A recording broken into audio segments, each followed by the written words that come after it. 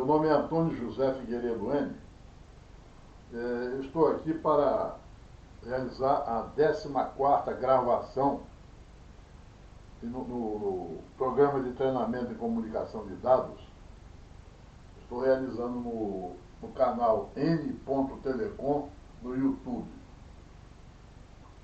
Agora eu vou dar continuidade à apresentação que eu estou fazendo sobre a ATM, sobre a tecnologia de redes ATM. Na apresentação anterior, eu falei sobre a camada ATM. Tá? Hoje eu vou falar sobre a AAL, que é a ATM Adaptation Layer. Tá? Muito bem. A função da AAL, na verdade, ela tem duas funções básicas. E essa figura aqui vai mostrar isso, certo? Eu tinha mostrado na figura anterior a parte camada física, a camada ATM, né, que envolve a rede, e a camada AAL, que é fim a fim. Então, as duas funções da camada AAL se resumem nessa divisão em subcamadas aqui. Tá? Aqui embaixo tem a SAR, significa Segmentation and Reassembly, ou seja, segmentação e remontagem. Bom, isso é o seguinte, vou explicar. Bom, e a outra, né? E a outra é a convergência sublayer, que está em cima. Ó, a função talvez fundamental do AL é fazer adaptação, quer dizer, adaptar a aplicação que está aqui em cima para que ela possa ser transmitida adequadamente nessa rede ATM aqui. Tá? Então, a subcamada de convergência é que faz esse papel fundamental. Observe que essa palavra convergência aqui é sinônimo de adaptação. Certo? Ou seja, adaptar e convergir, quer dizer, fazer com que as aplicações convirjam para o ATM. É a mesma coisa, adaptação, adequação, convergência, né? A subcamada. Muito bem. Aqui em cima,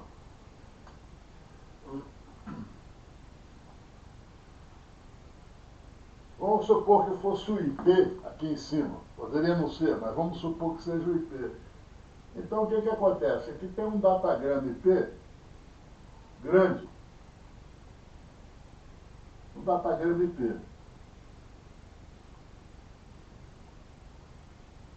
Esse datagrama, digamos que ele vai ser transmitido daqui para cá. Então, ele vai entrar aqui. Tá? Para chegar aqui. Muito bem.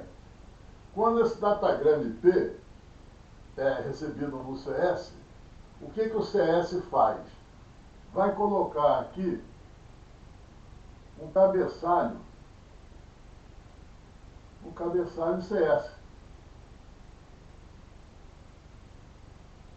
E aqui um trailer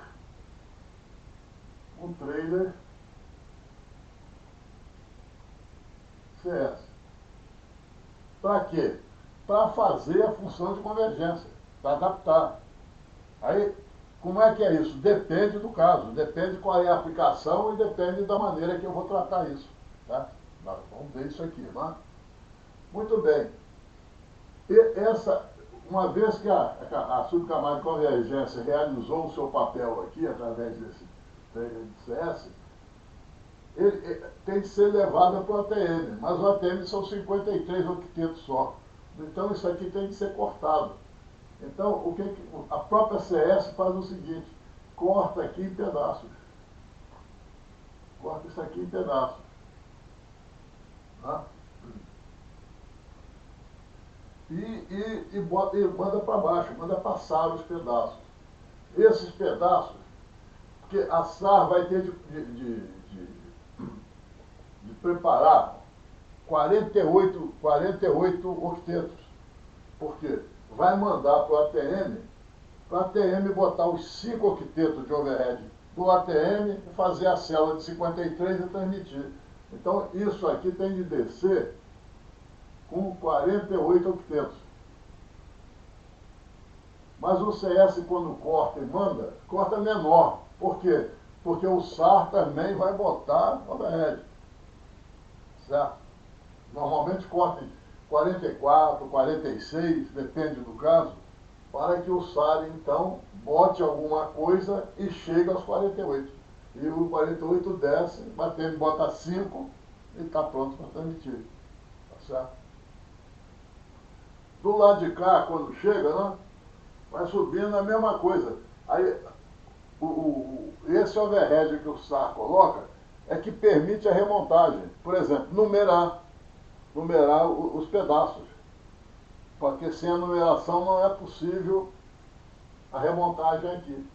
Então esse SAR aqui, tá, remonta, entrega ao CS, e o CS entrega o quê? Para a rede aqui. Entrega o datagrama IP. Tá? Aqui vai o datagrama IP. Inteiro. Está remontado, está bonitinho, está como saiu daqui. Como o IP entregou aqui, o IP recebe lá. Certo? Não vai ter receber pedaço, o IP não sabe tratar pedaço. Pedaço é problema do ATM aqui. Certo? Então essa é a ideia básica, né? Então, muito bem, vamos dar uma olhada agora como resolver esse problema. Qual foi a maneira com que resolveram esse problema e levar em conta os tipos de aplicação que está aqui em cima. Porque repara que esse datagrama IP aqui pode ser um datagrama IP de dados, mas pode ser também um datagrama IP de voz. É diferente, tá certo?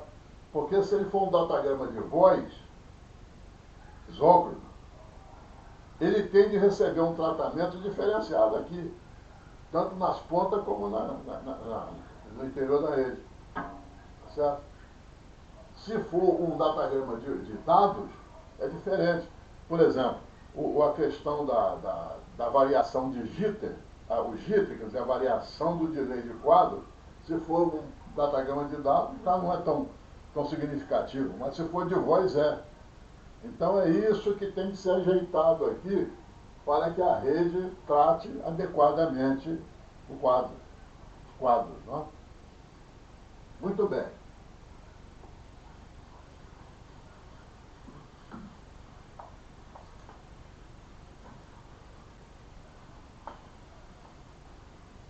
Então, de início, definiram 4 classes de aplicação.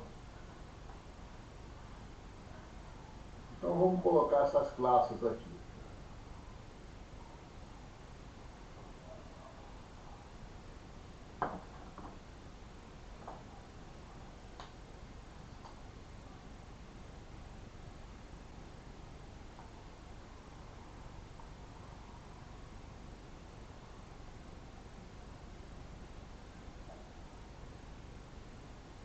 Então aqui tem a classe A,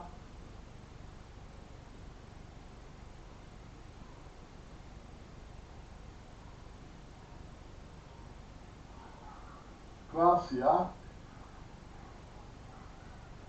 classe de aplicações, classe B, classe C, classe D. E analisar essas classes de acordo com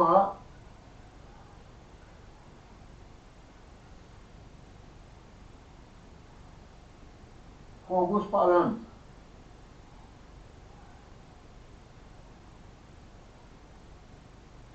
Por exemplo, a questão da relação temporal. Da relação temporal.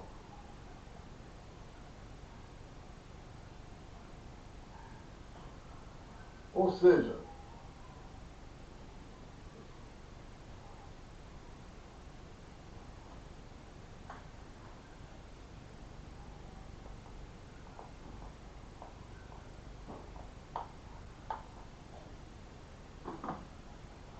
na classe A, são as aplicações, né, que são isócronos.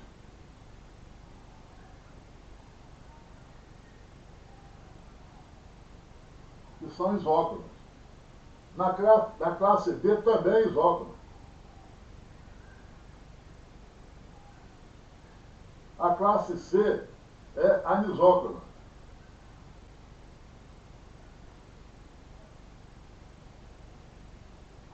Aqui também é anisócrona. Ou seja, não é isócrona. Vocês lembram, eu expliquei isso aí, isócrono é questão de iso igual tempo, né?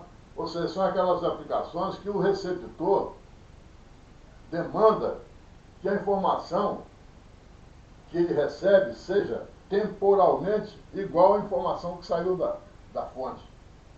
Que não haja jitter, não haja variação de delay no meio. E o delay não seja muito grande, senão atrapalha também, certo? Muito bem. Mas tem a questão da taxa de bit.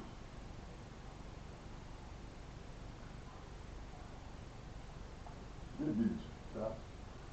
Bom, existem aplicações em que a taxa de bit, realmente é isócrono, é constante, a taxa de bit é constante, não varia, não há razão para variar. Eu vou falar um pouquinho melhor daqui a pouquinho disso aí, tá?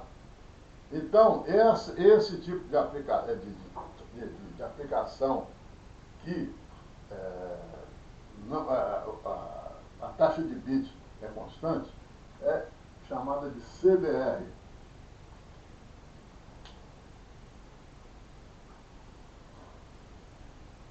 Isso é novo, acabei de comprar.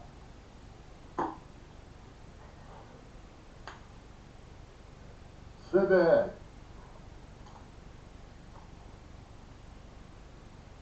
Constante bit rate. Constante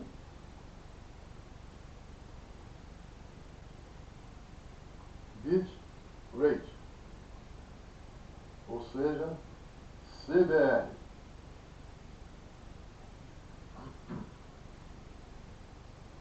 Eu vou explicar melhor um pouquinho isso aqui. Vocês, por exemplo, PCM. PCM é uma forma de modulação em que você modula os sinais de voz em sinais digitais, em bits. Certo? Mais tarde eu vou falar sobre modulação e vou explicar melhor. O que acontece? A voz ela é amostrada, tá? e quantizada de maneira tal que sai um trem de pulsos representando, 8 em 8, né? Representando a voz. Tá? De modo tal que a codificação de bits nesses pacotinhos de 8 é que representa a amplitude, permite determinar a fase e a frequência. Está tudo codificado nessa sequência de bits. Mas a sequência de bits é bonitinha, certinha, 1, 0, 1, 1, tal, tudo bonitinho e vai embora. E a codificação é feita no sinal todo arrumadinho, certo? CBR, tá certo? Agora, digamos que eu faça uma compressão desses sinais. Uma compressão. Para quê? Para economizar, para transmitir menos, né? Compressão. Né? Quando você faz uma compressão, você mexe uma sequência de bits. Onde você percebe uma redundância, você aproveita aquilo e encolhe aquilo, certo? Então, o que sai depois da compressão? Esse mesmo sinal, porém, ele não sai mais CBR, ele sai VDR. Esse V é variável. Ou seja, taxa de bit variável. Tá certo? Mas ele continua. Desculpa. Confusão aqui.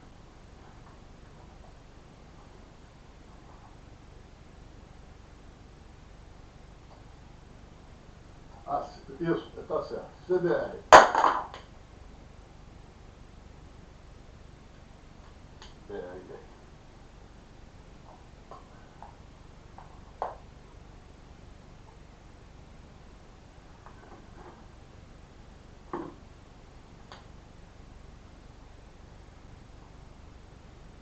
VBR. Ele continua isócrono, VBR. A despeito de fazer a compressão, mas a pessoa que está ouvindo lá do lado lá, ele não admite jitter. Ele não admite jitter, não. Ele continua isócrono, certo? Porque isso continua sendo voz, continua ou vídeo, certo? Está comprimido, mas é voz ou vídeo. Continua isócrono, mas só que a taxa de bit variou. Isso faz diferença em termos de AL. Quer dizer, a AL para tratar isso aqui e isso, elas têm que ser diferentes. Eu não posso ter a mesma AL tratando, embora seja os dois, seja isócrono, mas por ser um CBR e outro VBR, a AL tem de ter duas maneiras de tratar isso. Certo? Aqui, todo dado é VBR.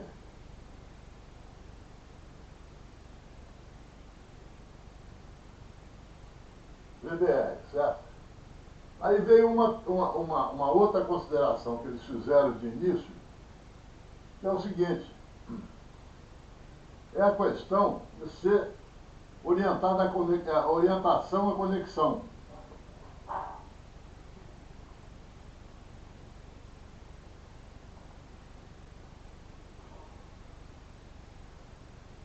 Aqui, quer dizer, as aplicações que você atende, elas são orientadas à conexão ou não, tá? Essas aqui são orientadas à conexão. Essas também.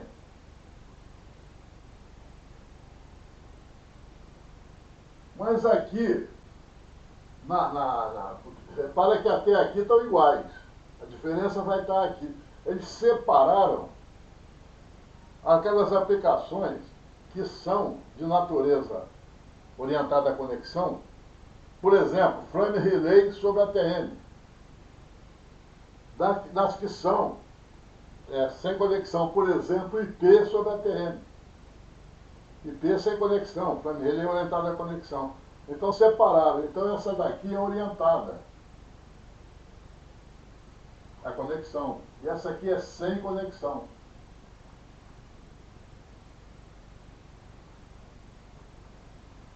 Bom, aí definiram as ALs aqui, tá certo? Definiram as AL em função disso daqui. Essa daqui, chamada de AL1. Tem essas características e essa função. Essa aqui é a AL2. A AL3 e a AL4.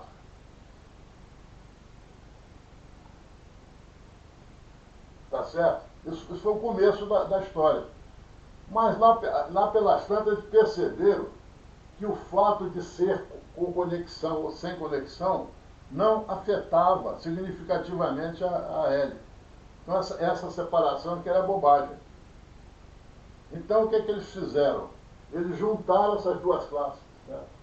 Eles juntaram essas duas classes. Então, essa classe aqui que era classe C e classe D, virou classe CD. Juntaram as duas coisas, certo? Bom, como isso aqui é anisócrono,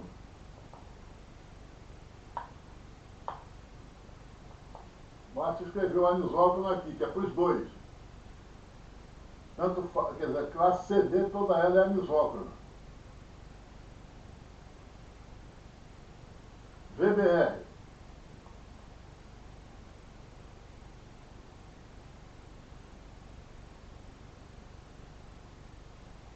Isso daqui morreu.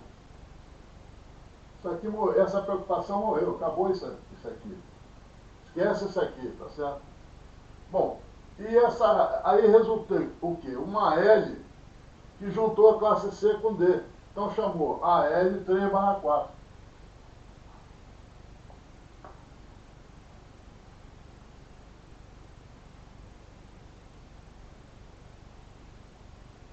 AL 3/4.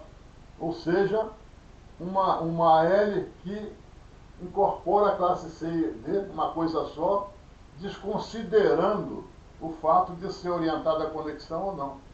Tá certo? Mas aí vem um outro problema. Essa classe 3, a L3/4, essa classe, da maneira que ela foi feita, elas têm muito overhead. Lembra que eu falei que no CS coloca aquele cabeçalho, né? E um trailer? Eram muito grandes. Isso pesava na eficiência. Porque, como eu falei, você se lembra que eu falei que só na camada TM tem 10% de overhead. É 5 em cima de 53. Mas é pior do que isso, porque a SAR tem em cada célula, tem um overhead de SAR. Isso aí aumenta esse percentual. Esse percentual pode chegar, em certos casos, a 17%. Então é demais, pô. Então, essa 3/4 ela é boa e tal, mas ela é muito ineficiente. Então criaram, foi o pessoal da área de computadores que pressionou o pessoal de telecomunicações, dizendo, não, está muito dispendioso. Então criaram aqui a L5. Então você repara que a L4/5 se destina às mesmas coisas. Mas qual a diferença? É que o overhead da L5 é muito pequeno. E da L3/4 é enorme. A simplificação da L5 foi tão grande que a L5 não tem cabeçalho, só tem trailer. Esse é o único caso que eu conheço de um protocolo que não tem cabeçalho, só tem trailer. É o único que eu conheço. Tá certo? Mas teve uma outra simplificação também na L5, né? Eu vou falar mais adiante aqui sobre elas, certo? Mas então foi isso. Assim, e assim ficou, e assim que é. Okay? Muito bem. Vamos falar então um pouco das aéreas. Vou falar aqui mesmo, certo? Então, olha, a L1 e a L2 são isócronas. Então, qual é uma das funções que o CS tem de realizar? Ajustar o quadro de maneira tal, o quadro não, a transmissão, que elimine a variação de jitter. Eu já falei isso anteriormente. Por exemplo, é a mesma coisa que o VoIP, Voice over IP, faz isso também. Voice over IP, você elimina o jitter. Tá? Mas você vê que aí, por isso que eu estou até fazendo questão de falar dessas coisas, que é tudo uma evolução. Tá? Ou seja, a ideia do VoIP, que é ter voz sobre modo pacote, já na ATM já tinha, porque a ATM também é modo pacote, e essas ALs aqui, elas, de outra forma, mas faziam o que o VoIP faz, ou seja, elimina a variação de delay, para que o ser humano que está recebendo lá o vídeo, a voz, consiga entender.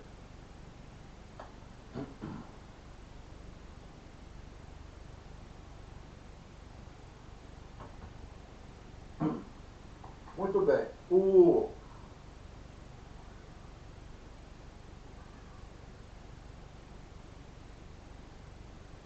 Vou ter de apagar um pouco aqui. Apagar, depois eu falo aqui sobre isso.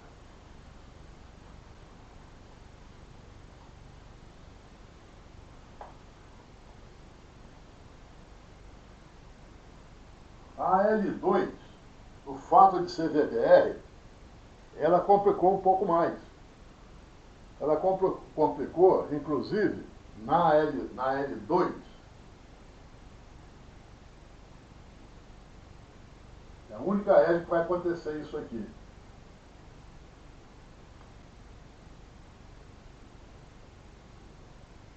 Isso aqui é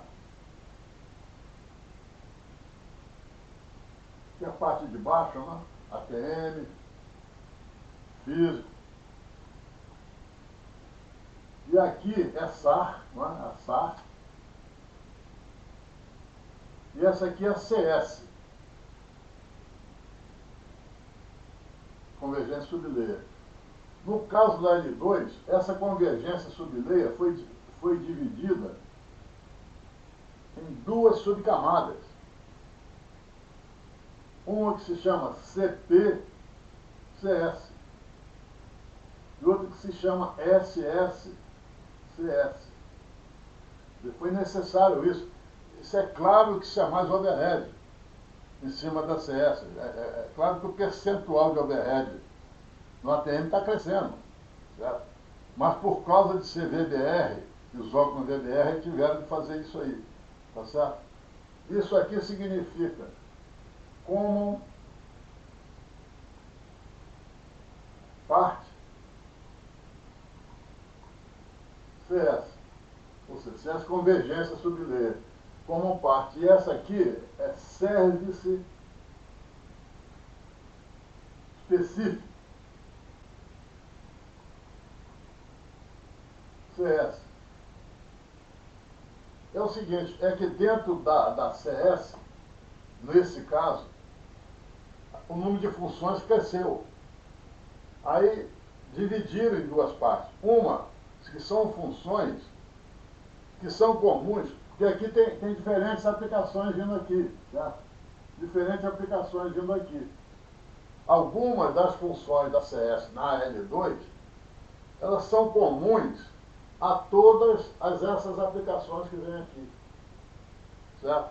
Então, foi melhor tratá-las de uma maneira única. Você faz uma vez só e serve para tudo. Então é isso aqui, ó. Ou seja, é a convergência sublayer da parte comum.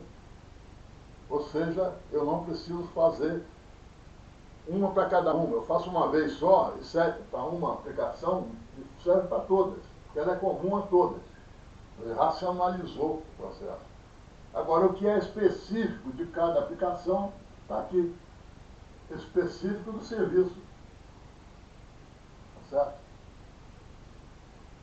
A L2 tem outro problema também, porque com a compressão,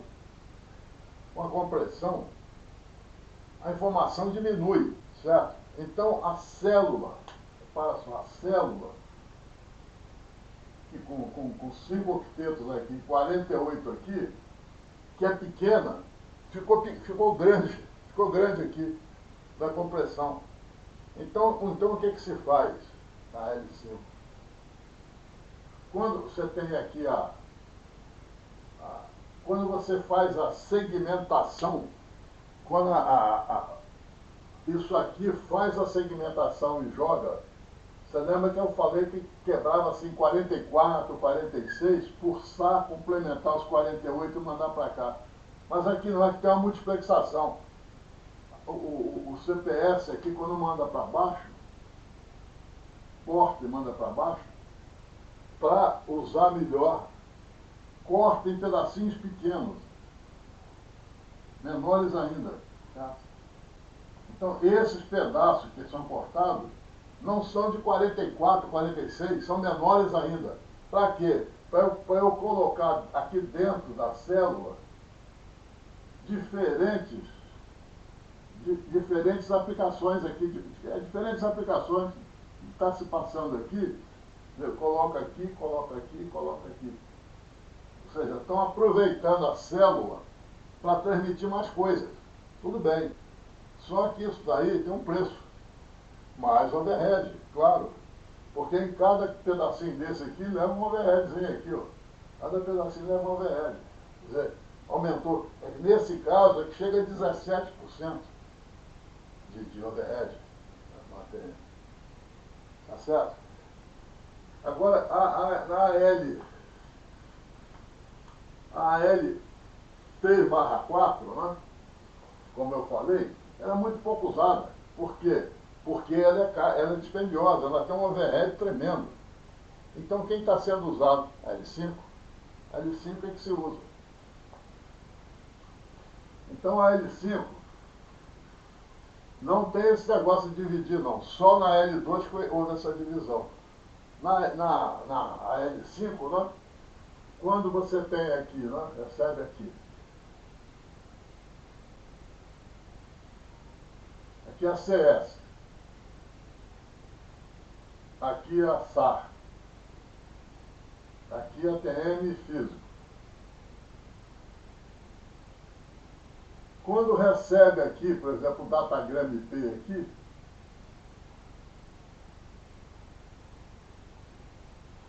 que chega aqui,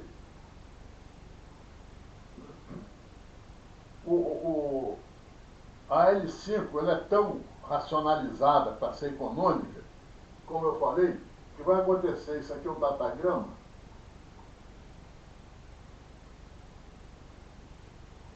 IP, esse datagrama, IP, vai receber um trailer aqui, um trailer a L5,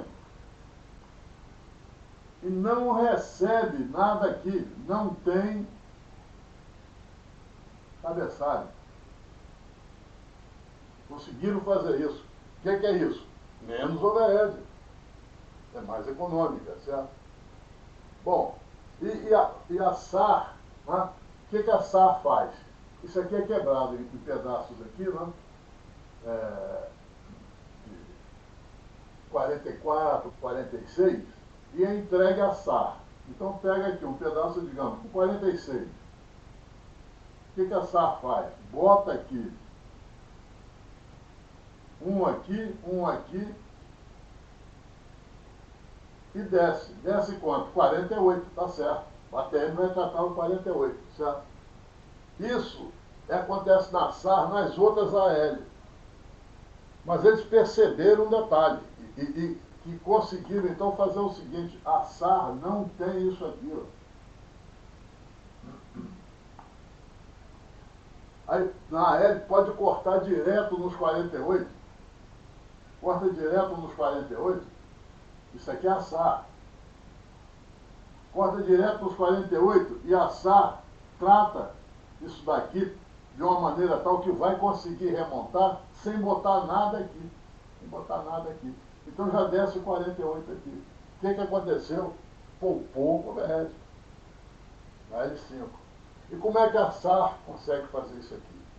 Na L5. Eles perceberam uma coisa, vocês lembram da camada ATM? Que tem um campo lá chamado PT. Lá pela estátua PT. O PTI é o Payload Type. E eu falei que esse Payload Type... Pronto, vou melhorar isso aqui.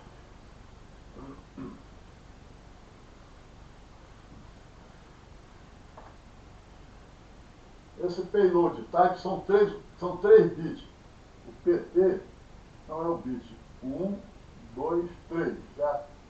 Esse bit 1 aqui, vocês lembram, diz se é quadro de dados ou quadro de controle. Está dito.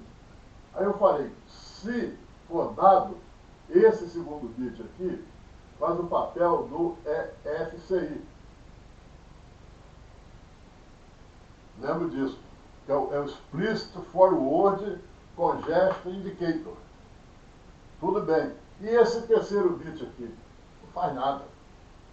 Aí, então vamos aproveitar esse bit aqui, vamos fazer uma misturazinha aqui, tipo mistura de camada aqui, ajeitar isso aqui, de modo que este bit aqui vai servir para indicar lá no destino se a sequência acabou ou não. E isso é suficiente para que o SAR funcione. Ou seja, o SAR funciona, né, para remontar do outro lado, com base nesse terceiro bit aqui, só. Olha que economia foi de overhead. Então, realmente, a L5 seria a solução para o ATM, para dados. Tá? Mas foi pro brejo junto com tudo aí. Perfeito? Então, com isso eu termino a explicação sobre a AL, certo? Os tipos de AL, as que existem, os quatro tipos que existiram, predominância da L5 sobre a L3/4 para dados, quando trata com IP, só tem praticamente em dados a L5. Né? Essa L2, ela é tão complexa, tão dispendiosa, tão ineficiente, que ela custou a ser colocada. Eu acho que em 97 não tinham definido, eu acho que quando definiram já era tarde, eu acho que ela nem foi usada direito, essa L2, a L1 foi.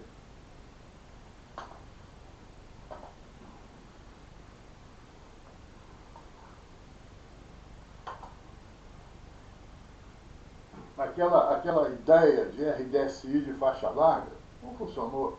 A TM entrou como uma tecnologia própria, mas aquela concepção bacana de RDSI de faixa larga não existiu, não. Foi outra ilusão, como a RDSI de faixa estreita. Muito bem. Agora vamos falar de uma coisa chamada serviços de camada.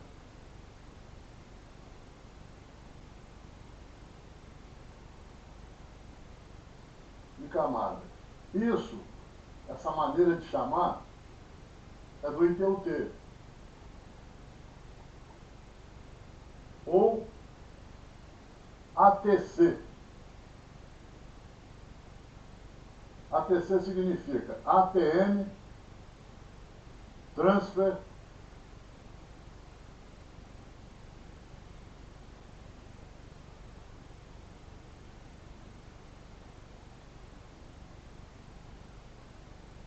eu acho que é Code, mas não tenho certeza não. Isso aqui eu deixo uma dúvida aqui, mas tudo bem.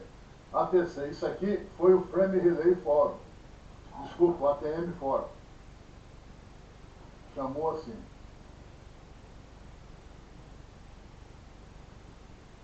Capabilities, desculpa.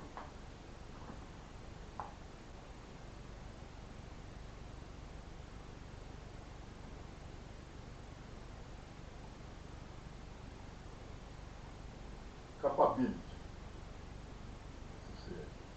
Ok. Bom, o que é isso?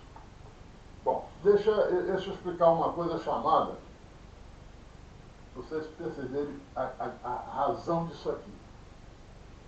Existe uma coisa chamada Differentiate Service.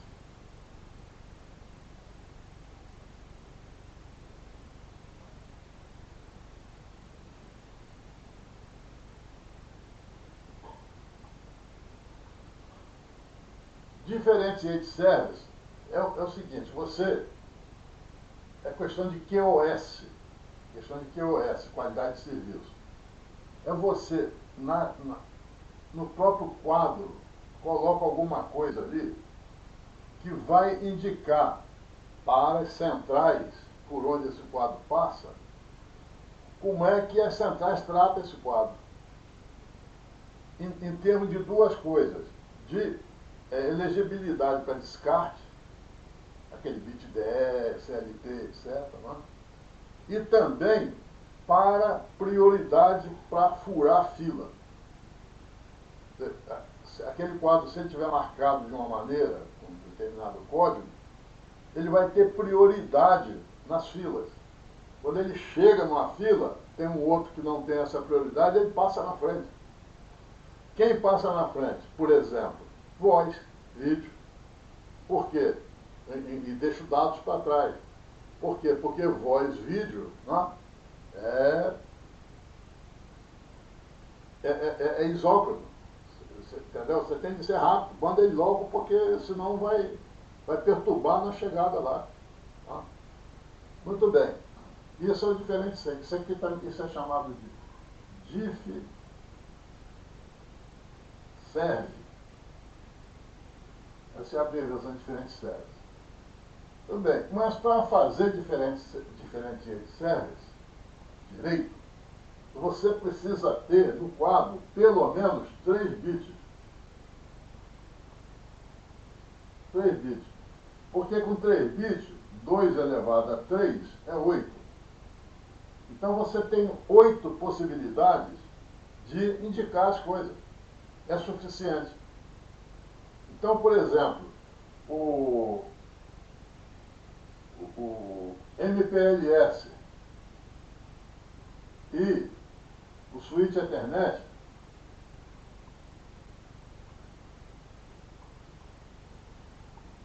trabalha com 3 bits e resolve. Differentiate Service com base em 3 bits, tudo bem. O IP tem mais. O IP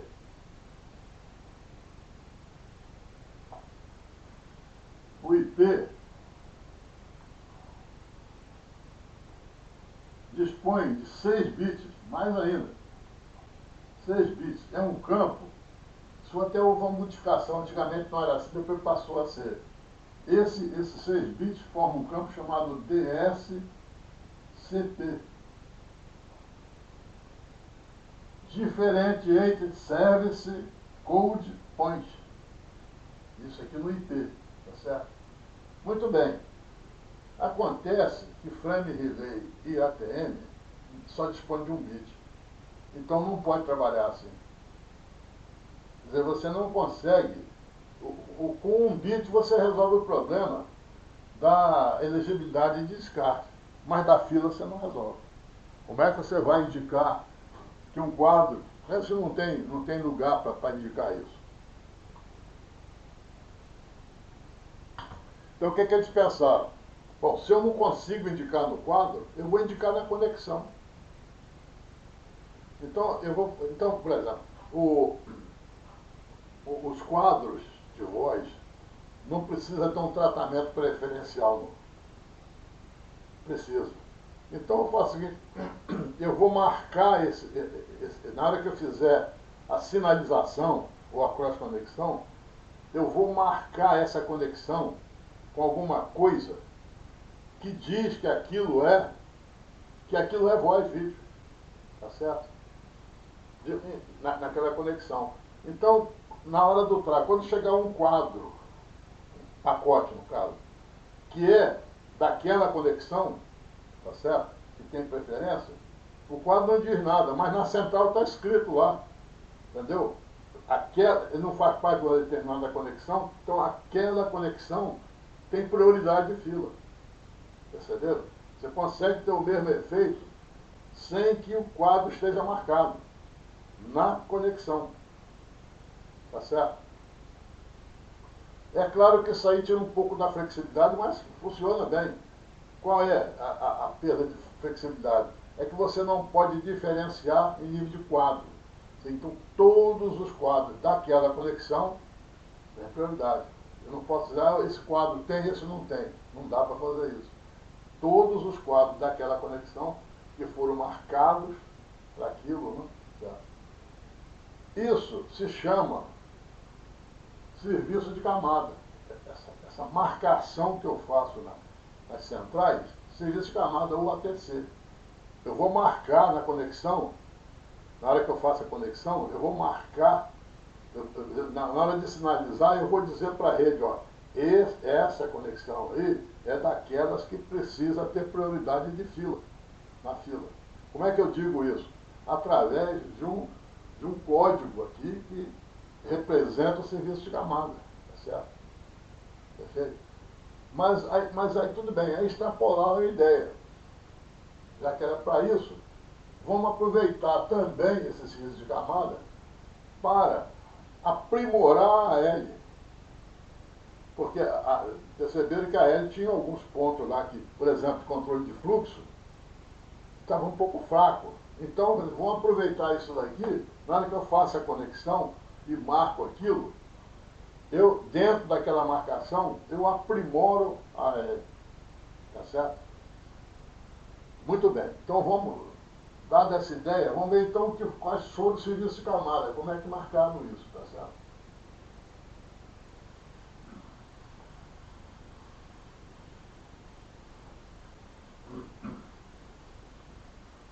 Mas aí, para variar, o ITUT fez de um jeito e a ATM Fórum fez de outro e deu confusão de nome, de conceito e tudo mais. Tudo bem.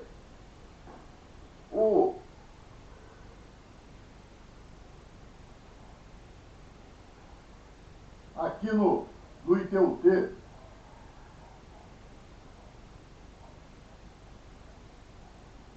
no ITUT foi criado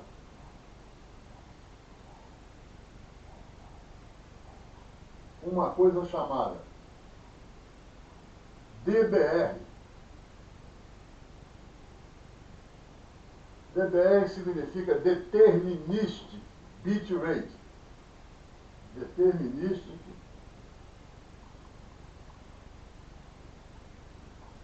Bit Rate.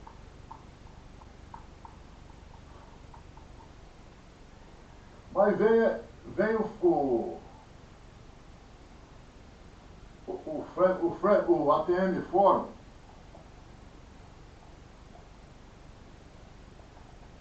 chamou isso de CBR, Constant Bit Rate. Eu acho, minha modesta opinião, que o ATM Fórum foi infeliz, porque porque CBR já foi usado antes. Lembra que anteriormente eu falei na LNCBR, mas com outro significado. Lá é uma característica da aplicação, aqui é um serviço de camada. E usou o mesmo nome. O ITUT foi mais, embora tenha, botou outro nome, para não fazer confusão. Um é associado ao outro, mas são duas coisas diferentes. Chamou de DBR, tá certo?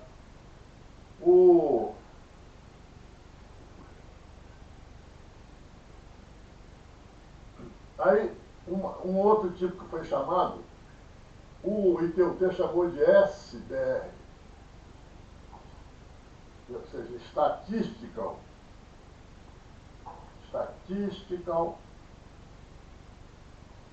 Bit Rate.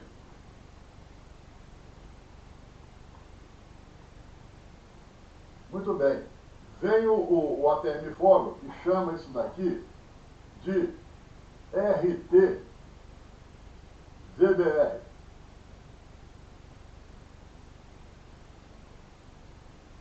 Por quê? Aqui a L se pretende colocar isso aqui. Aqui a L corresponde isso daqui. Ou seja, esses serviços se destinam basicamente a atender que a L. Esse daqui é para atender a L1, as aplicações da L1. Esse aqui para atender as aplicações da L2. RT, Real Time. RT quer dizer Real Time.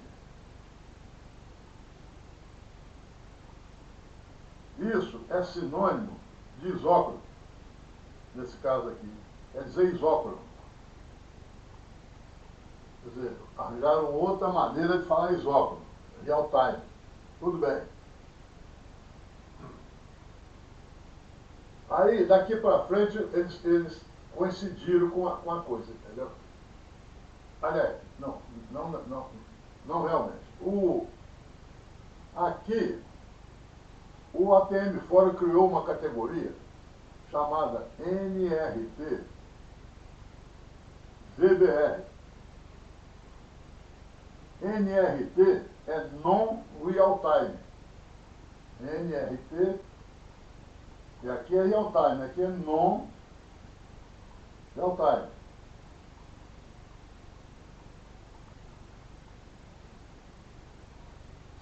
Só que o ITUT não tem isso aqui. O ITUT não tem isso aqui. Tá? Isso é o quê? O que é o VBR? Isso é dado. Isso aqui corresponde a L 3/4 ou a L5. Ou a L5. Tá certo? E isso aqui, o ATM Fórum fez isso para criar uma categoria de serviço, né, para dados, em que, embora seja NT, mas que tinha uma exigência de padrões mais elevada. O ITU-T não considerou isso, certo? Aí tem outras categorias aqui, que tanto o ITU-T, as duas categorias aqui, que é o ITU-T chamou de ABR e a outra chamou de UBR, e aí foi igual. A TEMFOR usou também ABR e UBR. E se destina aqui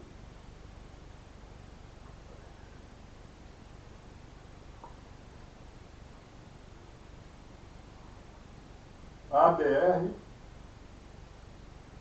e UBR. Se destina aqui a L. Aqui a AL 3/4 e 5. Aqui também. 3/4 e 5. Vale dizer 5, não? Muito bem.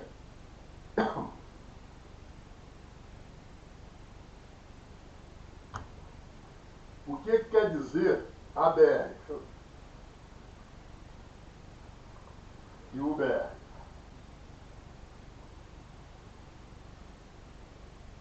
ABR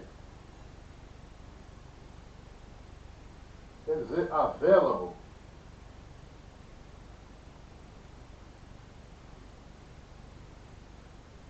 Bitrate.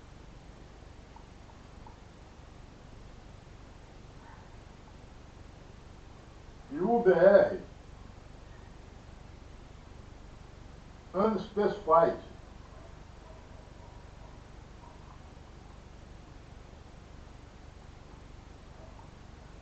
Bitrate.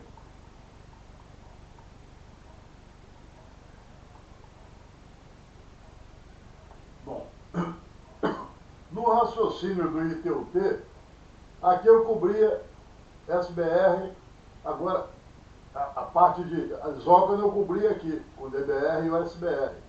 Tá? E a parte de dados eu cobria com a BR e o BR. Quer dizer, o que. Repara só, quando se tem uma ligação física onde cursam as conexões ATM, aquela conexão entre o ponto A e o ponto B, aquilo tem uma determinada capacidade física, né? 50 kilobits por segundo, 200 kilobits por segundo, aquela capacidade, certo? Então é o seguinte, quando eu faço uma conexão, eu ocupo uma largura de banda disso, uma faixa disso é atribuída àquela conexão, certo? Então é o seguinte, a concepção do ITU-T, né? O DBR tinha maior prioridade, quer dizer, o filé mignon para o DBR e o SBR também, certo? Então, o filé mignon da conexão, quer dizer, tinha uma reserva dentro daquela faixa de possibilidade, uma faixa, uma fração boa daquela, era reservada para isso daqui. Sobrou. O que quer dizer a vela? A vela é disponível, a sobra. Então sobrou, joga para dados para BR. Mas a ABR é para dados, mas também tem uma capacidade para ela, disponível, boa. Mas ela tem padrões de qualidade, ela tem parâmetros de qualidade. Tem PCR, que é pico, tem um mínimo de bitrate garantido, certo? Ela é disponível, ela pega lá meio na sobra lá, mas pega uma sobra boa, né? Com o que está disponível para ela, especificado. Aí sobrou. Essa sobra que tem de banda, certo? Vai para o unspecified. O unspecified chama-se best effort. O que quer dizer isso? Best effort. Best effort significa o seguinte, não especifica nada, você não tem direito a nada. Vai lá, tenta pegar alguma coisa. Se você conseguir, pegou. Não conseguir, não pegou. Faz o melhor que você puder, best effort. Tenta pegar. sobrou, você consegue. Não tem especificação nenhuma, specified. Ele não tem nenhuma taxa, não tem nenhum parâmetro de qualidade, nada, certo? Então, isso aqui são para quê? Para aquelas aplicações de dados de menor importância, de menor exigência em matéria de qualidade. Quer dizer, e dados, quando exige melhor qualidade, bota o ABR, tá certo? O ABR, inclusive, ela é uma classe de serviço que, além de ter a especificação de parâmetro, ela tem um sistema de gerenciamento de tráfego, de rede de congestionamento de tráfego bem elaborado. Talvez é o que tenha mais elaborado.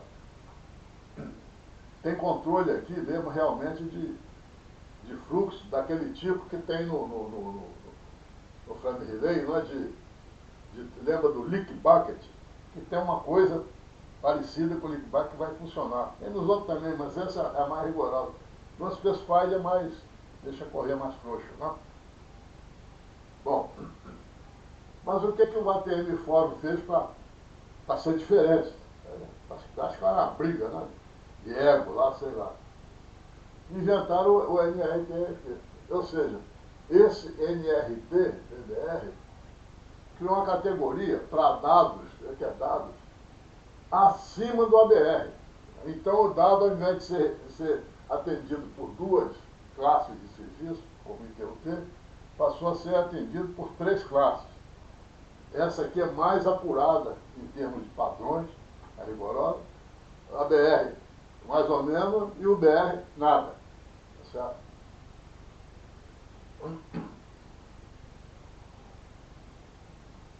Vocês perceberam, só repetindo esse ponto aqui, que quando eu faço uma conexão, por exemplo, eu sinalizo, mando a mensagem setup de sinalização, tá certo?